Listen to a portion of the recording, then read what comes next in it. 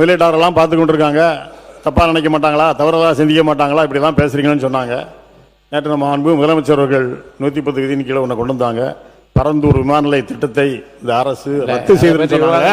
இதை பார்த்து முதலீட்டாளர்கள் தவறுதலாக நினைப்பாங்களா நினைக்க மாட்டாங்களா தான். இன்னைக்கு முதலீட்டாளர்களை ஈர்க்கக்கூடியதுக்கு பரந்தூர் விமான நிலையம் தான் மிக முக்கியமான. இது நான் கிட்டத்தட்ட 2000 ஏக்கருக்கு மேல நாங்கள் எடுத்துட்டோம். மாண்புமிகு பொதுப்பணித்துறை அமைச்சர் பரந்தூர் விமான நிலையமா இல்லை விவசாயிகள் கண்ணீரானா? எங்கள் தலைவர் விவசாயிகள் கண்ணீர் பக்கம் தான் நிற்பார்.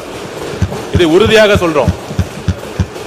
மாண்புமிகு முதலமைச்சர் நேற்றே சொல்லியிருக்காரு, கூடிய விரைவில் விமான நிலையத்துக்கான இடம் கூடிய விரைவில் அறிவிக்கப்படும் சொல்லியிருக்கிறாரு. நேத்து கூட ஒன்று நடந்துச்சு. இதே அண்ணன் ஆஸ்டின் தான் நம்மளுடைய சட்டமன்ற உறுப்பினர் வேலுமணி அண்ணன் ஜி ஸ்கொயர் நிறுவனம் பத்தி சொன்ன உடனே திடீர்னு டக்குன்னு எந்திரிச்சார். அந்த ஜி ஸ்கொயர் நிறுவனத்தை பத்தி ஏன் பேசுறீங்க அப்படின்னு. ஒரு கட்சி சார்ந்தவர்கள், நான் எந்த கட்சி பேரையும் சொல்லல, ஒரு கட்சி சார்ந்தவர்கள் அந்த நிலத்தை சுத்தி லேண்ட வாங்கி மிகப்பெரிய ரியல் எஸ்டேட் மோசடி நடந்திருக்கு. அதை ரிஜிஸ்ட்ரேஷன் டிபார்ட்மெண்ட்ல சொல்லி அந்த ரியல் எஸ்டேட் மோசடி, இந்த பரந்தூர் விமானம் எதுக்காக உருவாக்கப்பட்டதுன்னா இந்த ரியல் எஸ்டேட்டுக்காக தான்.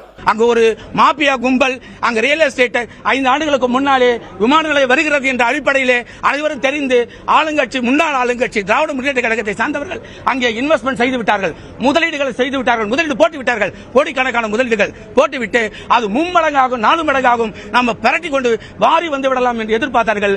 ஆனால் தமிழகத்தினுடைய வெற்றி கழகத்தினுடைய தலைவர், தமிழகத்தின் முதலமைச்சர் விவசாயிகளை வாழ்விப்பதற்காக அந்த திட்டத்தை ரத்து செய்தார். அவர்கள் கனவை பொடியாக்கினார். அதனால் தான் அவர்கள் தவிக்கிறார்கள். எழுதி வச்சுக் கொள்ளுங்கள், 5 வருஷம் கழிச்சு வெள்ளையறிக்கை நாங்க உரத்துக்கு ரெடி.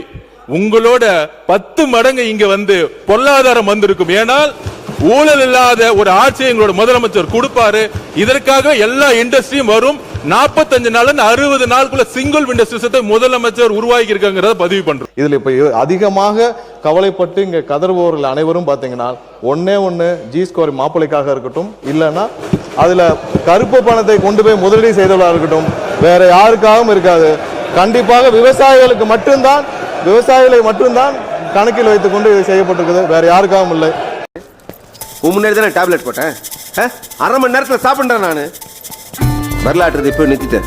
ஆனால் இன்னும் ஆண்டு பத்தியா சுகரு பேரவைத் தலைவர் எல்லாத்திற்கும் இங்க பாருங்க, எல்லாத்திற்கும் எந்திரிக்க வேண்டியது. இது ஒண்ணு பிடி பீரியட் இல்ல, எல்லாத்துக்கும் எந்திரிச்சு உட்கார அளவுக்கு. ஜி ஸ்கொயர் மாப்பிள்ளைன்னு சொன்னா என்ன தவறு இருக்கு? ஜி ஸ்கொயர் மாப்பிள்ளைன்னு ஊரே சொல்லுச்சு, என்ன தவறு இருக்கு?